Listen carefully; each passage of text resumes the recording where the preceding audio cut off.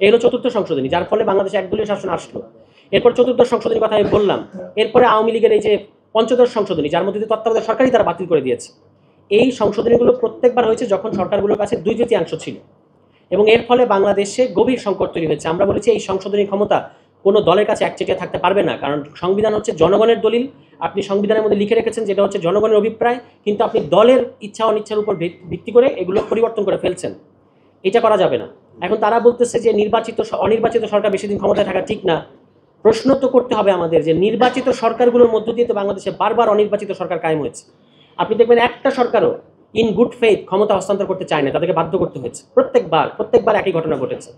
এবং এই 72 সংবিধান, এটার মধ্যেই কিন্তু সামরিক শাসন আসার একটা বীজ ঢুকিয়ে দিয়েছে তারা। কিভাবে?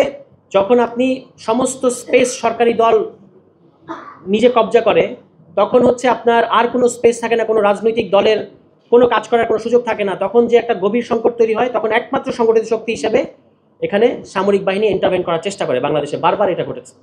এবং এই জিনিসগুলো কিন্তু 72 সংবিধান যখন হচ্ছে তখনকারই আলাপ ছিল, কিন্তু এগুলোকে ইগনোর করা হচ্ছে। আজকে আমাদের কাছে অবাক লাগে, যেটা বলে আমি শেষ করতে চাই, বিএনপি যেটা আমাদের নাসিরউদ্দিন পাটোয়ারি দুদিন আগে একটা প্রোগ্রামে বলেছেন, এটা নিয়ে তারা ঠাট্টা মশকরা করছে। কিন্তু এর চেয়ে সত্য কথা তো আর নাই যে দলের গঠন প্রক্রিয়ায় হ্যাঁ মানে গণভোটের একটা ভূমিকা আছে, সেই দল আজকে কাদের বুদ্ধিতে না ক্যাম্পেইন করছে সোশ্যাল মিডিয়ায়। হ্যাঁ ভোটের মধ্য দিয়ে বিএনপি হয় না, এটা সত্য।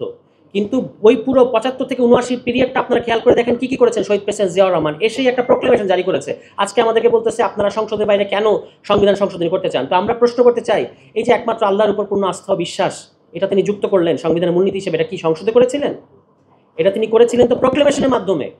এবং তারপরে তার ভুল ছিল, ঐতিহাসিক ভুল ছিল, যে এই যে এত বড় একটা কাণ্ড, মানে এই যে আপনি জিনিসটা ঢুকালেন একমাত্র আল্লাহর উপর পূর্ণ আস্থা বিশ্বাস, এটা কিন্তু 72 সংবিধানের মূলনীতিকে পরিবর্তন করে ফেলছে।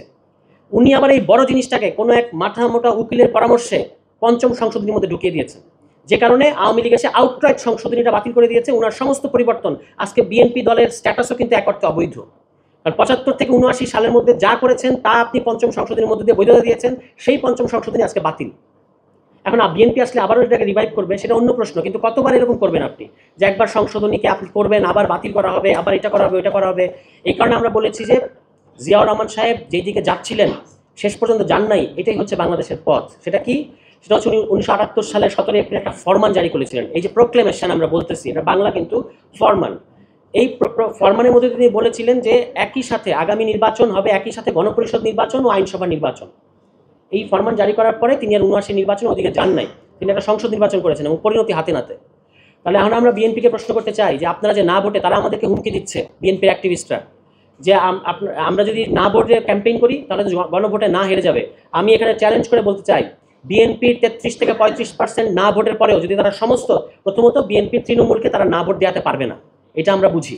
বিএনপির নেতারা যেরকমই হোক, তৃণমূলের মানুষজন আমাদেরই মতো সাধারণ মানুষ, তারা চায় জুলাই সনদ বাস্তবায়ন হোক। তবু যদি ধরে নিলাম বিএনপি 35% না ভোট দেয়, বাকি 65% বাংলাদেশের মানুষ বিপুল ভোটে গণভোটকে হ্যাঁ ভোটে পরিণত করবে, তখন বিএনপি নিজেকে আয়নায় মুখ দেখাবে কিভাবে? সুতরাং আমি মনে করি যে বিএনপির আজকে যারা পরামর্শক, বিএনপির আজকে যারা অ্যাক্টিভিস্ট, বিএনপির আজকে যারা বুদ্ধিজীবী, এরা প্রকৃত জাতীয়তাবাদী না, এবং এরা বিএনপির ঘরের শত্রু বিভীষণ। তারা বিএনপির জন্য আত্মঘাতী রাজনীতি করছে। আমি এই সবার মধ্য দিয়ে বিএনপি যারা শীর্ষ পর্যায়ের নেতৃত্ব আছে তাদেরকে আমি আহ্বান জানাতে চাই, এই বুদ্ধিজীবীদের এবং এই যে যারা পুরনো আওয়ামী সেকুলার বাকশালী যে ন্যারেটিভ এবং মতাদর্শ বাংলাদেশে আবার চাপিয়ে দিতে চাচ্ছে, আপনারা তাদের খপ্পরে পড়েছেন। এখান থেকে আপনাদেরকে বের হতে হবে। এবং এই বুদ্ধিজীবীদেরকে, আপনাদেরকে বুদ্ধিজীবীর অভাব করেছে কেন? আপনারা ওই বাকশালী কিংবা ওই যারা বাংলাদেশকে আগের জায়গায় নিয়ে যেতে চায় ওই বুদ্ধিজীবীদের খপ্পরে কেন পড়লেন? এবং পরে আজকে তাদের খপ্পরে পড়ে আপনারা বিএনপির মতো একটা দল না ভোটের ক্যাম্পেইন করতেছে। কতটা আত্মঘাতী হতে পারে এটা? এখন শেষ কথা হলো যে জুলাই সনদ, আপনারা এটা এখানে আলাপ করেছেন যে জুলাই সনদের মূলনীতির প্রশ্নটা আমি শুধু একটু বলতে চাই। এখানে কিন্তু বিভ্রান্তি ছড়ানো হচ্ছে। বিএনপি একবার মুক্তিযুদ্ধের চেতনার কার্ড খেলতেছে, আরেকবার ধর্মের কার্ড খেলতেছে। আপনারা দয়া করে এই ব্যাপারে সতর্ক থাকবেন যে বিএনপি বলছে যে এই